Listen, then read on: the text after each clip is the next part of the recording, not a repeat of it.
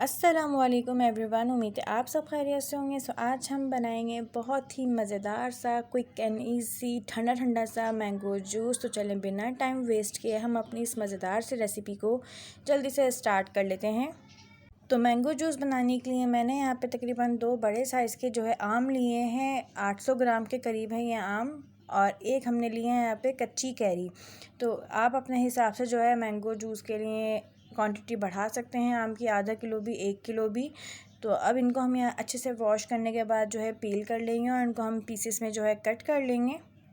तो अब आप लोग देख सकते हैं हमने आम को अच्छे से वॉश करने के बाद पील करके इस तरीके से क्यूब शेप में कट कर लिया है। आप लोग चाहें तो क्यूब शेप में कट कर सकते हैं, वैसे ही इसका आप लोग जो है गूदा निकाल सकते हैं। गुठली रिमूव करके हमने कैरी को भी सेम उसी तरीके से क्यूब शेप में कट कर लिया है। अब हम लेंगे एक ब्लेंडर जग। तो सबसे पहले जग के अंदर हमने जो है कैरी क्यूब्स ऐड कर लेनी है, साथ ही हम सारा मैंगो ऐड कर लेंगे जो हमने क्यूब शेप में कट किया है। मैंगो ऐड करने के बाद आधा गिलास के करीब हम पानी ऐड करेंगे ताकि जो आपकी मैंगो प्यूरी है वो यहाँ अच्छे से तैयार हो जाए। तो पानी ऐड करने के बाद इसको हम यहाँ ब्लेंड कर लेंगे।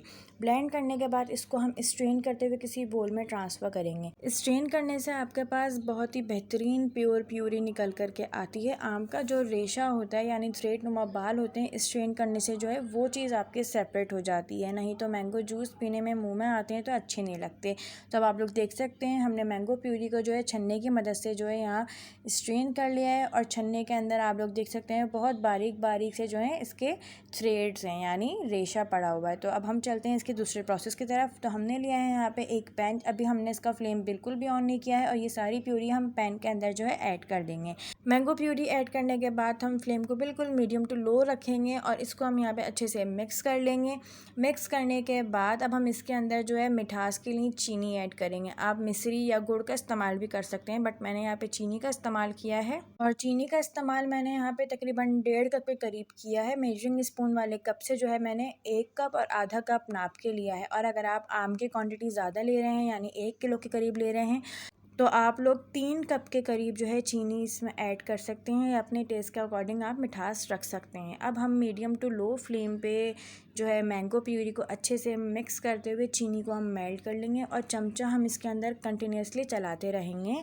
तो अगर आप इस चैनल पर न्यू हैं, चैनल को सब्सक्राइब करें और बेल आइकन को प्रेस करें ताकि हमारी न्यू आने वाली वीडियोस की नोटिफिकेशन आपको मिल जाए। चीनी मिक्स करने के साथ ही इसके अंदर हम ऑरेंज फूड कलर ऐड कर देंगे। पानी में मिक्स करके हमने just pinch of food colour लिया है, थोड़ा सा 1 से 2 टेबल स्पून के करीब पानी लिया है, और इसको हम मैंगो प्यूरी में ऐड कर देंगे और अच्छे से हम मिक्स कर लेंगे।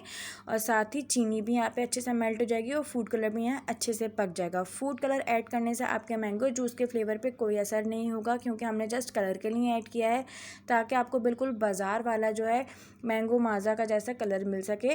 तो अब हमने जो है इसको मीडियम टू लो फ्लेम पे अच्छे से पका लेना है। तो लो फ्लेम पे हमने मैंगो प्यूरी को अच्छे से पका लिया है। इसके अंदर जो चीनी है वो यहाँ अच्छे से जो है मेल्ट हो गई है, डिज़ोल्व हो गई है। अब हम फ्लेम को मीडियम रखते हुए जो है इसको तकरीबन 15 मिनट के लिए पका लेंगे, ताकि जो है जो चीनी का पानी, चीनी अपना पानी रिलीज़ करती है, वो सारा पानी इसके अंदर ड्राई हो जाए और एक बहुत ही मज़ेदार सा इसमें ट्रांसपेरेंट सा कलर आ जाए और मैंगो प्यूरी जो है वो यहाँ थिक हो जाए। 15 मिनट के बाद आप लोग देख सकते हैं कि जो हमारी मैंगो प्यूरी का कलर है वो यहाँ ट्रांसपेरेंट सा हो गया है, और इसकी थिकनेस भी आप लोग चेक कर सकते हैं कि मज़ेदार सा कितना कोई थिक सा हमारा ये मैंगो प्यूरी बनके तैयार हुआ है। अब हम इसकी शेल्फ़ लाइफ बढ़ाने के लिए जो है इसके अंदर हम 1 टेबल स्पून के करीब वाइट विनेगर ऐड कर देंगे, और अगर आपके पास विनेगर नहीं हो तो आप इसके अंदर 1 टेबल स्पून जो है लेमन जूस का इस्तेमाल भी कर सकते हैं। बाज़ार वाले तो सिट्रिक एसिड्स और केमिकल से भरपूर होते हैं, तो वो तो आपके लॉन्ग लास्टिंग चलते हैं, लेकिन हम जब घर में बनाते हैं मैंगो जूस तो उसके लिए हम यहाँ पे विनेगर या लेमन जूस का इस्तेमाल करेंगे, ताकि आपके पास ये कम से कम महीना भर स्टोर रह सके रेफ्रिजरेटर के अंदर। विनेगर ऐड करने के बाद इसको हम यहाँ तकरीबन मीडियम फ्लेम पे जो है 5 मिनट के लिए और पका लेंगे, ताकि जो विनेगर की स्मेल है वो यहाँ ख़त्म हो जाए और आपका मैंगो जूस जो है यहाँ बन के तैयार हो जाए। अब 5 मिनट हो गए हैं, हमने विनेगर को अच्छे से पका लिया है। अब हम इसका जो है फ्लेम ऑफ करके किसी बोल में ट्रांसफ़र कर लेंगे। तो अब हमने इसे किसी बोल में ट्रांसफ़र कर लिया, आप लोग धुआं देख सकते हैं। अब हम इसको जो है रूम टेम्परेचर पे ठंडा कर लेंगे।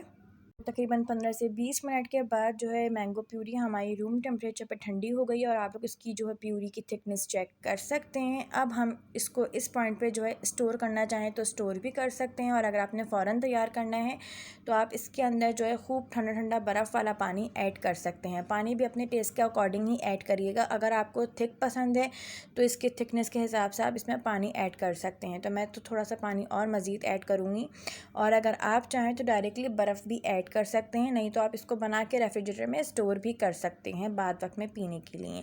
तो बहुत ही मज़ेदार सा ठंडा ठंडा सा हमारा मैंगो जूस बन के तैयार हो गया है गर्मियों के लिए। अब हम जो है इसको ग्लास में सर्व कर लेंगे। तो ये है जी इसकी मज़ेदार सी ठंडी ठंडी सी फ़ाइनल लुक। अगर आपको वीडियो अच्छी लगी तो लाइक करें, कमेंट करें एंड शेयर करें अपने फ्रेंड्स में, और चैनल को सब्सक्राइब करना मत भूलिएगा। मज़ीद ऐसी रेसिपीज़ के लिए हमारा चैनल डिलीशियस मील सब्सक्राइब करें। शुक्रिया।